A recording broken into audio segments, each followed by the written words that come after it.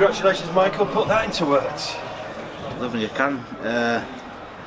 Just not on my best, but true grit, determination, and the will to win, I guess. Then I think I showed that up on stage.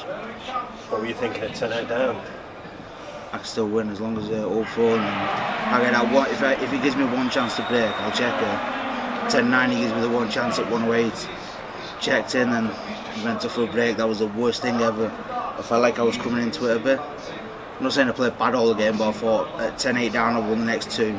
He'd feel it a lot more than me, and we got 5 minutes break. I didn't think that helped him. It didn't help me. What were you thinking at 11-all? Can't miss. Especially when I played really well, and then I left the 1-6-1. I seen Whitey do it the other day, but treble 20, went for the 19. I thought if I made it 19, go for the ball. I get a single shot then. I went that way, but the treble 19, thought tops, I'm never going to miss. Yeah, 8 darts later, I'm still on double 5. And I just swore over the moon, I got the win. I know it tried to desert me in the last 2 legs, but I took the chances when they got given to me. What does it mean now to get to the quarterfinals? Everything. I think I say in every single interview, my only aim when I come into a tournament is quarterfinals. Once I get to some quarters, then I think about winning it. Then I mean, the last day it's different mentality. As long as I get there and then you win the last day, it's different mentality. It's 2 more games to the final, and then who knows? Once you get there, things could change. Are you rewinding 2 years? You reached the final, didn't you? Last time we were in Blackpool. I don't know, man. Rewind 2 years, but I remember you seeing me when I threw the trophy across the room. I started crying in the interview. But no, I want to make this final this year. I want to put things right, and I think I say in I've lost in every TV final at the minute, but I want to get there, and I want to just prove to myself that I know I'm good enough. I'm sick of telling myself I'm good enough. I've got everyone telling me that I will win one, but how long does it take before I keep losing and losing and losing? So I just want to get there now and put everything in. You said after your first round win that you didn't get used to the crowd. It took you a while. Was it easier tonight? Yeah, it was nervous the first round against Ryan Searle. It was like, I've not played him from now for about 16 months or what, so tonight it was a bit louder, a bit hotter because of the fans. But no, it was just nice. It was like, it went back to, like you just said, if we rewind 2 years, it just went back to a normal game where I've got everyone screaming, I've got everyone having fun. Yes, there was some whistles, some boos early on, and then it started doing to Jose near the end, which I wasn't happy about. And you've seen me in other games where I've tried to tell the crowd shut up, and it's put me off. I was like, no, crack on, like we do, and I just want to get on my game. But no, you've got them fans in there. It's you're back into an enclosed room, and you've got demons to talk to instead of. With them fans, you can't really talk to yourself. You can't get on with it because they're screaming that loud. It just takes everything out of it. Congrats. Michael, many congratulations. You sit there, smile on your face. Reflection, how are the emotions after an absolute roller coaster against Jose? I think the biggest thing for me was being written off. I was supposed to be the first seed that got beat off Ryan Searle. I didn't stand a chance tonight, as you've seen by what all the commentary and bookies and everything said. You know, I'm still sat here, I'm still talking, I'm still having fun, and I'm still in the tournament as well. What did it mean to you? Because we saw it at the end, probably one of the biggest celebrations I've seen to you, the heart up to the family. It shows everyone how much the Bully Boy cares about these still. Yeah, it's because I didn't do it when I walked out. Because for the last 12 months, 16 months, Jose's been doing it. Like, it's kind of mine. I don't copyright it, but it's kind of what I do. And then he did it again on his walk, and I'm like, no, I'm not going to do it today. I'm just going to do it when I beat him. And I think it was like the 4th or 5th leg. Every time he hit 180, he kept pointing up. I thought, no, I'm going to hit one, I'm going to do it back. And then he went out and 11 darts, didn't he? I was like, just looked like a right mug here. I was like, just don't do anything. But once you win that winning leg, you do everything what it's supposed to be. Where I give it large, I give it the heart to everyone as well. What's going through your mind when you've got 108 left? How are the emotions, and how do you keep it all together in that moment? I wasn't missing. I knew for a fact I wasn't missing that. I was more scared when I come back for the tops from the 161 and I left it. And I was like, hit this, his head's going to go because was it 10-8 or 10-9? I hit that and I thought, he's starting to go now. So if he hit the tops, game over, and then I think it took me 9 yards to hit it. But at that 108, I was never missing it. I knew for a fact I wasn't missing it. The only thing that I thought I'd miss was the 17. I thought I'll hit 17, treble 17, I'll go for double 17. 17, treble 19, I'll go back for double 17 then. Because I always drop low and I go for trebles. Look it over, it sank in, perfect 17, then smack bang in tops.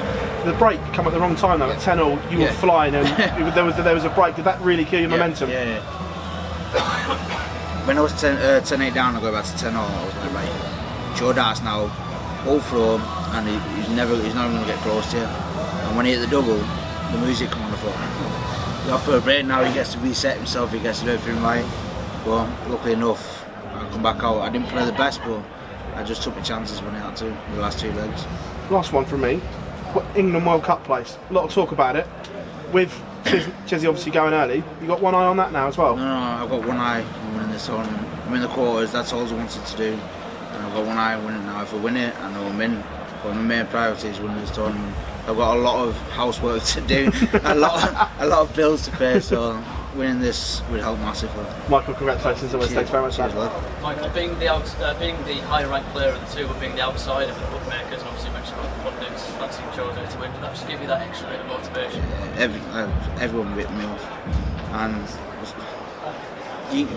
sometimes you can do it and sometimes you can't. And I was like, this is a tournament that's been really good to me the last 2 years. I know I didn't have the best semis last year against Anderson, but I was like, it's a tournament that I used to go first round, second round, first round. The last 2 years, finals, semis. And I was like, no one's beating me. You can write me off all you want. I was supposed to get smashed off, so I was supposed to get smashed tonight. And you're still asking me these questions, so it means I'm still in, I'm still fighting, I'm still wanting to win. And I'm showing this game doesn't get boring to me. I want everything, and I'm showing it on the stage as well. Do you think after tonight then it's about time more people started talking about Michael Smith as a key contender for this No, I hope the next game they're going to write me off again. It's Joe Cullen or Peter Wright. I hope they said they're going to smash me again. It just gives me that extra bit, and it just gives me that little bit more fight that I need. So I'm hoping I'm last favourite going into the game. The next round, probably 100 to 1 to win it. And if Joe Cullen or Peter Wright, I'm 7 to 1 to win that game, maybe. I just want it that way. Because I just want to prove people wrong. Alright, so you go back home between games, does that help you switch off from the tournament? Well, I used to love my own bed, but Casper was sleeping in since we moved out. And at the minute, I've got 3 fans in my bedroom, I've got blinds down, I've got blankets up over the windows. It's so hot, it's unreal. And Casper just will not do one. So I woke up this morning, dead leg, bad back, and I was like, 9:30, I said, Casper, you're going to have to go downstairs.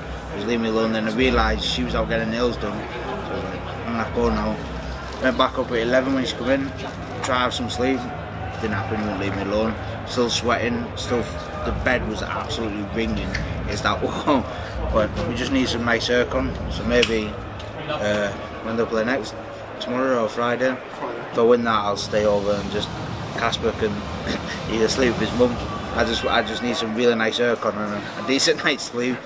I think you'll sleep after tonight, thanks. Yeah, cheers, Paul. Thank you. Michael, is it a different mentality to this year in terms of previous years? Because you are going to these matches as an underdog, despite maybe going a little bit under the radar. I think I said it after the Seoul game where when I used to play the UK Open, I used to be always on like board 7, board 8. It wasn't long. I think I played Dave Ladd in my first year. They needed to put us on board 12 at car park.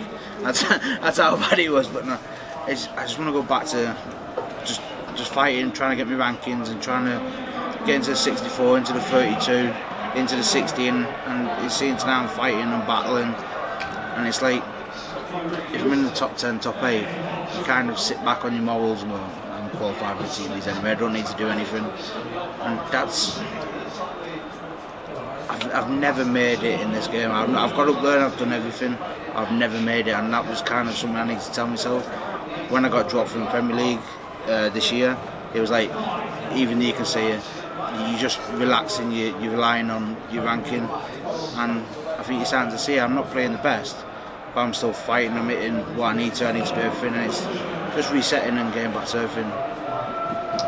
Just one more on the break at 10. Did you actually know there was going to be a break? He said it 10-all, but he said 5-10, and then if it goes 10-all, it's a break, and then but when you're in a match like I was back and forward, he went 2-0 and then I won that session 3-2, and then I went 2-0, he won that session 3-2, and it was going like that, and he was like, he takes 2 legs, I bring it back, and when he did go to 10-all, it was like, right, it's your darts, get ready, and as I got my towel for wiping my face, the music came on, I was like, nice, and I remember now it's 10-0, it's off stage, and just quick get my deep freeze, I sprayed my back and stuff, and it was like, just cool yourself down, get back on stage, and just reset yourself.